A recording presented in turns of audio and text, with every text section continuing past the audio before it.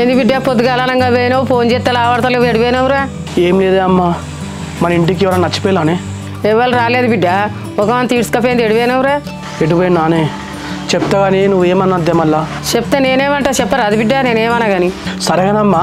పొద్దున బయట మంచిగా ఉన్నావు ఏంది ఇప్పుడు వాయిస్ అంతా గట్ల వస్తుంది ఏమైంది ఈ ఎండకు సుడిపడ్డట్టు అయింది బిడ్డ జ్వరం వచ్చింది నువ్వు ఎడిపోయినావు చెప్పు నాకు జానకి ఎల్లుండి పెళ్లి చూపులు అని చెప్పేసి అని చెప్పింది కదనే అయితే పొద్దు అలా ట్యాంక్ దగ్గరికి వస్తే కలిసింది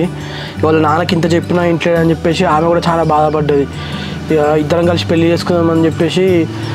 మన పక్కూర్లో శివాలయం లేదా అక్కడికి వెళ్ళినామే అయ్యో బిడ్డ ఇద్దరు రకం పెళ్లి చేసుకుంటామని పెయిన్ లారా వాళ్ళ డాడీ వెళ్తా ఊకుంటాడా రా మనలా అమ్మ పెళ్ళి అయిన తర్వాత వాళ్ళు అయ్యో ఊకుంటే ఊకోకపోతే ఏందే నేను జానకి పెళ్లి చేసుకుని హైదరాబాద్ పోదామని చెప్పేసి అనుకున్నాం